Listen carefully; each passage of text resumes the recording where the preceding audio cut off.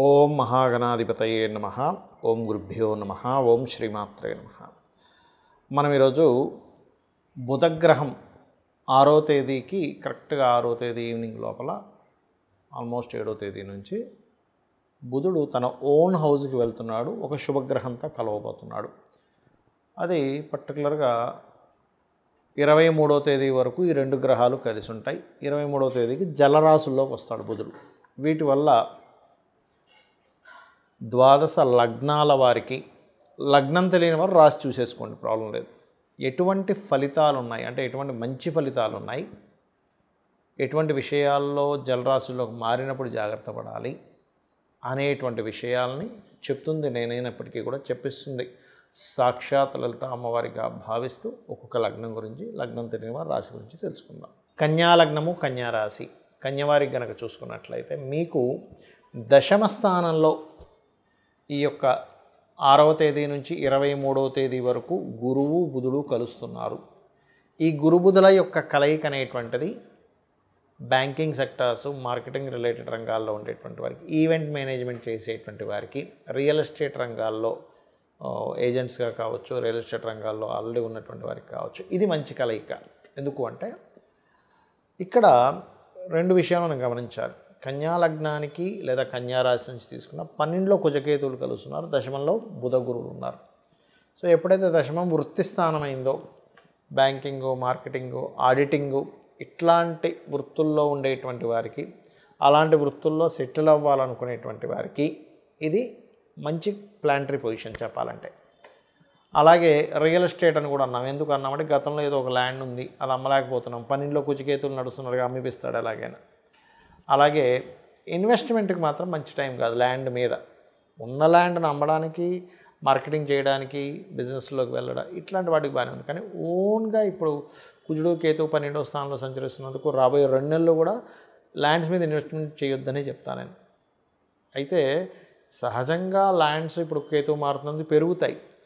కానీ పర్టికులర్గా కన్యా లగ్నం వారు చేసేటప్పుడు ఏమవుతుందంటే ల్యాండ్ రేటు పెరగదని కాదు, చేసే ఇన్వెస్ట్మెంట్లో అక్కడ ఏదైనా ల్యాండ్లో దోషం ఉండడం కానీ, లేకపోతే మనం ఒక్కోసారి రాంగ్ పర్సన్స్ని చూజ్ చేసుకుంటాం ఇన్వెస్ట్మెంట్ చేసేటప్పుడు. ఎలాగా ఎవరికో డబ్బులు ఇస్తాం, ఓ వారంలోనో 2 నెలల్లోనో రిజిస్ట్రేషన్ అంటాడు. తీరా చూస్తే ఆ టైం వచ్చేసరికి పేపర్స్ వేరే దగ్గర ఉన్నాయను, లేకపోతే ఇంకోటి ఏదో డాక్యుమెంట్స్లో కొన్ని గల్లత్తు ఏర్పడడం ఇట్లాంటివి ఉంటాయి. కాబట్టి మీరు ఏదైనా ల్యాండ్ తీసుకునేటప్పుడు వీలైతే ఈ 2 నెలలు ఆపుకోవడం మంచిది. లేదు కంపల్సరీ తీసుకోవాలంటే మేము ఫలానా అనుకుంటే పూర్తిగా దాని గురించి ఇన్ఫర్మేషన్ తెలుసుకొని తీసుకోండి. కాకపోతే ఉద్యోగాలు మరియు అదేవిధంగా ప్రాపర్టీ సంబంధించిన విషయంలో కలిగేటువంటి లాభాలు, వివాహ ప్రయత్నాలు, జీవిత భాగస్వామికి కూడా మీరు ఏదైనా కోర్సెస్ చేయించాలనుకుంటే కూడా ఇది యోగిస్తుంది. ఎందుకంటే సప్తమాధిపతి ఈ లగ్నానికి బాధకుడు అయినప్పటికీ కూడా అక్కడి నుంచి చతుర్థ స్థానంలో ఉంటే మీ లగ్నానికి దశమ స్థానంలో కలయిక, బుధ గురువుల యొక్క కలయిక ఖచ్చితంగా మంచి ఫలితాలను ఇచ్చి తీరుతుంది. అందులో ఎటువంటి సందేహము లేదు, గుర్తుపెట్టుకోండి. ఇక మీరు నిత్యము వెంకటేశ్వర స్వామి ఆరాధన, గోవులకి క్యారెట్స్, గ్రాసము తినిపించండి, అన్ని విధాలా బాగుంటుంది. మనం చెప్పుకుంటున్నటువంటి ఏదైతే ఈ బుధగ్రహానికి సంబంధించిన విషయం ఏదైతే ఉందో ఇది ప్రధానంగా ఎవరి మీద ఎఫెక్ట్ ఉంటుంది అంటే విద్యార్థులు. గుర్తుపెట్టుకోండి, విద్యార్థులు బుధగ్రహానికి సూచనగా తీసుకుంటాం, మాస్టర్స్ గురుగ్రహానికి సూచనగా తీసుకుంటాం. సో ఈ బుధుడు గురువు కలయిక వల్ల ఏమిటి అంటే, ఒకటి ప్రపంచవ్యాప్తంగా, దేశవ్యాప్తంగా తీసుకుంటే ఈ రెండు గ్రహాలు ఎప్పుడైతే 6వ తేదీ నుంచి 23వ తేదీ వరకు కలిసి ఉంటున్నాయో షేర్ మార్కెట్కి ఒక మంచిది, మార్కెటింగ్ రంగాల్లో ఉండేటువంటి వారికి మంచిది. మీరు ఏదైనా ఒక వార్తని స్ప్రెడ్ చేసేటప్పుడు, లేదా మనం చూడండి ఒక్కోసారి ఫలానా డిజిటల్ మార్కెటింగ్ రిలేటెడ్ సంబంధించిన వాటిల్లోని షేర్ మార్కెటింగ్లో ఫలానా దాని మీద ఇన్వెస్ట్మెంట్ చేస్తున్నాము, మీకు గనక మీ జన్మజాతకంలో మంచి టైం నడుస్తుంది. ఎప్పుడు కూడా మన పర్సనల్ చార్ట్లో ఎటువంటి ఫలితాలు వస్తున్నాయి, దానికి గోచారంలో ఏ గ్రహాల యొక్క కలయిక ఏర్పడుతుంది, ఈ రెండు కనెక్ట్ అవుతుంటాయి. గుర్తుపెట్టుకోండి ఎప్పుడు కూడా అలా ఎటువంటి కనెక్టివిటీ ఏర్పడుతుంది, ఎటువంటి గోచారం వస్తుంది అనేది పర్టికులర్గా చూసుకోవాలి, గుర్తుపెట్టుకోండి. అలా వాటికి చాలా మంచిది ఇది.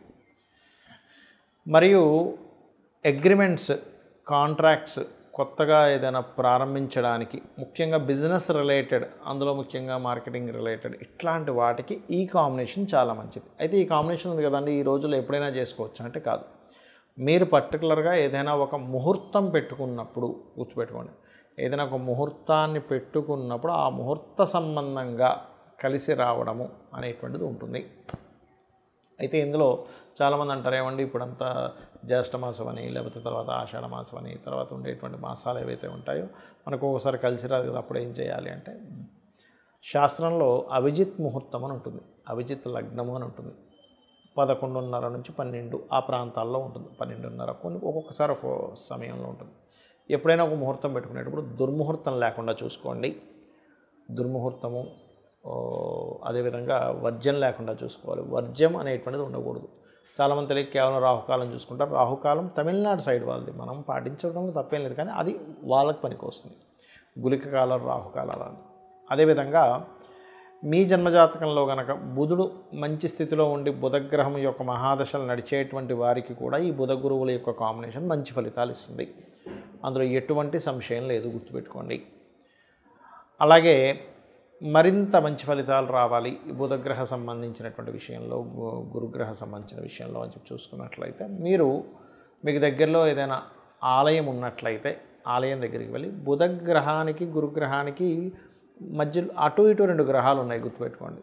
ఎప్పుడు కూడా ఒక గ్రహం ఫలితం ఇవ్వాలంటే అటు ఇటు ఉండే పాపగ్రహాలు ఉంటే వాటికి రెమెడీ చేసుకోవాలి. అంటే కుజుడు, కేతువు, రవికి రెమెడీ చేసుకున్నట్లయితే 100% బాగుంటుంది, అందులో ఎటువంటి సందేహం లేదు, గుర్తుపెట్టుకోండి.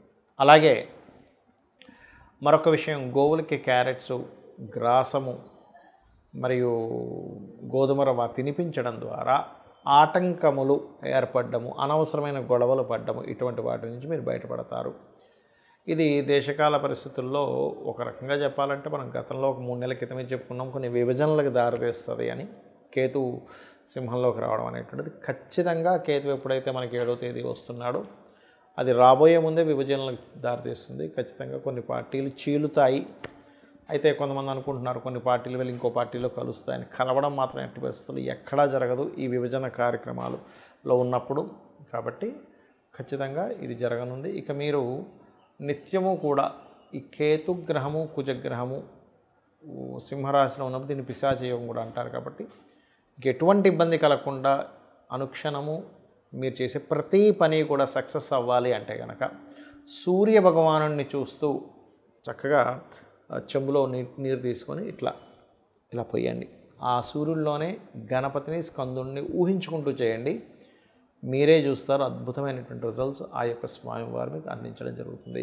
అలాగే ఇంకొక విషయం ఏంటంటే, ఇక్కడ ఈ కుజకేతువులు ఎప్పుడైతే ఈ సింహరాశిలోకి ఉంటున్నారో ప్రధానంగా ఈ అగ్ని సంబంధించినవి, ఇంట్లో ఏదైనా పవర్ రిలేటెడ్ వర్క్ చేసేటప్పుడు కానీ, దేశకాల అంటే దేశంలో అందరికీ పనిచేస్తుందండి ఇది.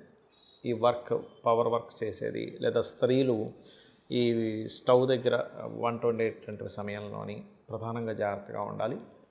ఇందులో మరొక విషయం ఏంటంటే, మనకి స్లీపర్ సెల్స్తోని దేశం మీద కొంత ఇబ్బంది ఉంది. కాబట్టి ఈ స్లీపర్ సెల్స్ రిలేటెడ్ సంబంధించినటువంటి విషయాలలో, లేదా ఏదైనా ముఖ్యంగా ఈ 2 నెలలు కలిసి ఉంటాయి కుజకేతువులు ముఖ్యంగా కలిసి ఉన్నందుకు, ఏదైనా పుణ్యక్షేత్రాలకి, పుణ్యతీర్థాలకి, ఆలయాలకి రద్దీ ఎక్కువగా ఉండేటువంటి ప్రదేశాల్లో కూడా కాస్త జాగ్రత్తగా ఉండండి. బికాజ్ ఆఫ్ ఈ కుజకేతువులు కలవబోతున్నారు ఇక నెక్స్ట్.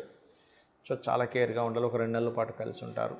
మరియు ఎక్కడికైనా మీరు బయలుదేరేటప్పుడు గణపతిని, స్కందుడిని తలుచుకు బయలుదేరండి. అప్పుడు ఇటువంటి విషయాల్లోనే మీరు బయటికి వెళ్ళి ఇబ్బంది పడకుండా ఉంటారు. శ్రీమాత్రేయ నమః.